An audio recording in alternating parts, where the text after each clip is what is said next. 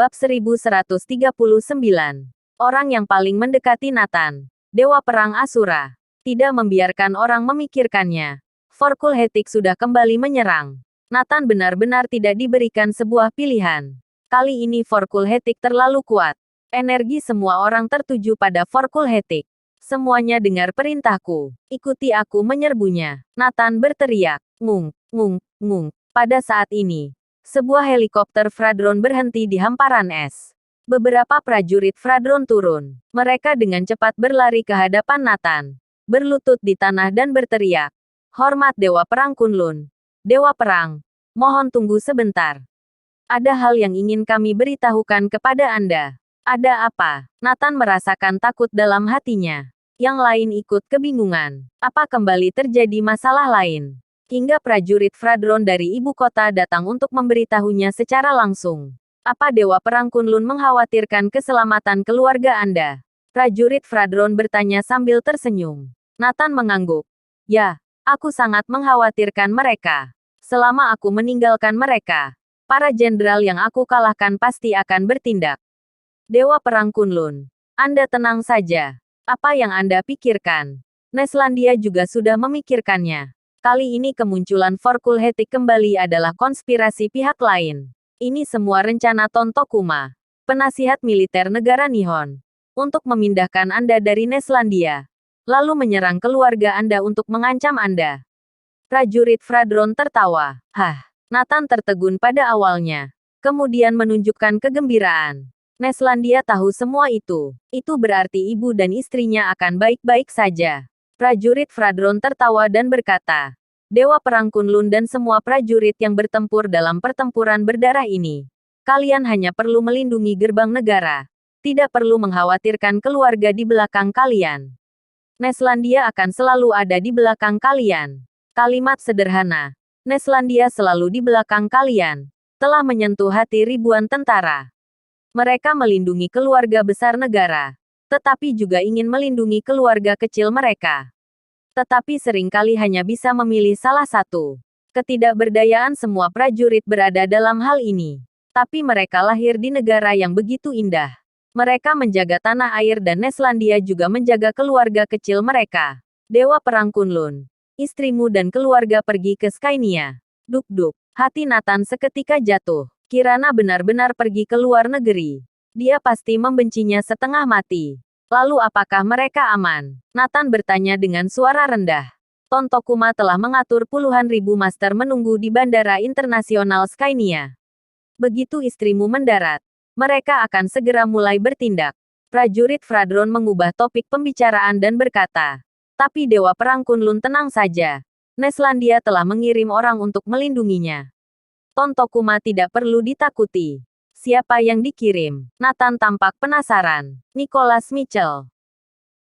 Setelah prajurit Fradron menyebutkan nama itu, dia menarik napas dalam-dalam. Dia, ekspresi Nathan juga berubah. Berbicara tentang dunia militer Neslandia. Apakah dia memiliki pesaing? Ada. Hanya ada satu. Itu adalah Nicholas Mitchell. Dulu dalam pertempuran pertamanya, Nicholas Mitchell hampir menyamai rekornya. Dapat dikatakan menjadi yang kedua setelah dia. Nathan dianugerahi Dewa Perang Kunlun dan menjadi jenderal negara. Nicholas Mitchell dianugerahi gelar Dewa Perang Asura. Ditugaskan kembali ke ibu kota negara. Alasan utamanya adalah Nicholas Mitchell kejam tanpa perasaan dan brutal. Seperti namanya, Asura. Dia seperti terlahir dari neraka. Dan kehadirannya berarti kehancuran. Dia banyak menerima kontroversi karena memusnahkan tahanan. Penilaian terhadapnya selalu ada positif dan negatif. Kemudian, karena beberapa alasan, Nicholas Mitchell dipindahkan kembali ke ibu kota. Sifat beringas Nicholas Mitchell ditakdirkan untuk tidak bisa menjadi orang seperti Nathan. Namun, dalam hal kekuatan tempur, Nicholas Mitchell adalah orang yang paling mendekati Nathan. Bab 1140. 7 pembunuh. Tentara penghancur dan serigala tamak. Dia lebih cocok menjadi petarung. Bukan panglima tertinggi. Ada Dewa Perang Asura. Aku bisa tenang. Nathan sangat tersentuh. Semua orang di Neslandia tahu bahwa Dewa Perang Kunlun dan Dewa Perang Asura selalu berselisih. Bahkan bisa dikatakan seperti air dan api. Jika bukan karena identitas mereka berdua sebagai dewa perang Neslandia, sepertinya mereka sudah saling bertarung sampai mati. Bisa dikatakan, di dalam Neslandia semua orang akan patuh pada Nathan. Hanya Nicholas Mitchell. Nicholas Mitchell selalu tidak puas. Nathan menduduki posisi dewa perang Kunlun.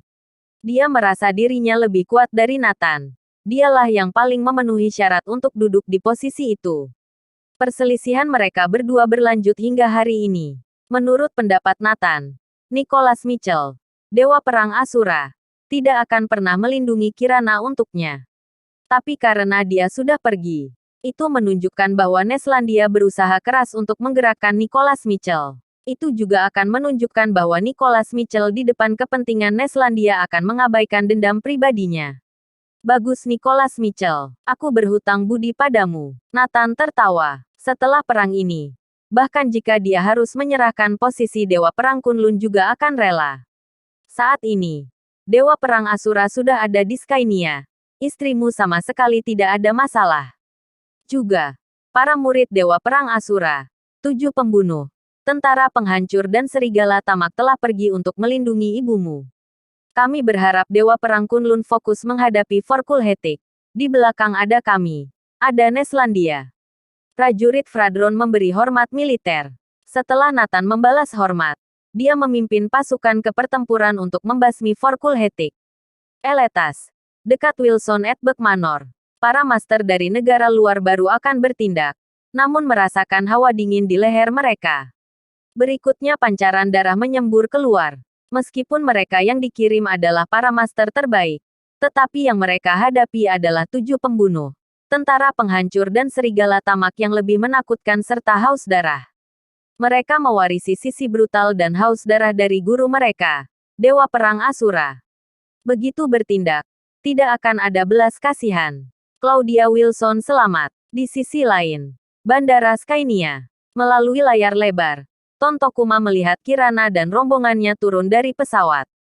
Dengarkan perintahku. Begitu dia ingin memberi perintah, tiba-tiba tercium bau amis darah. Ketika dia berbalik, semua orang di sekitarnya jatuh dalam genangan darah.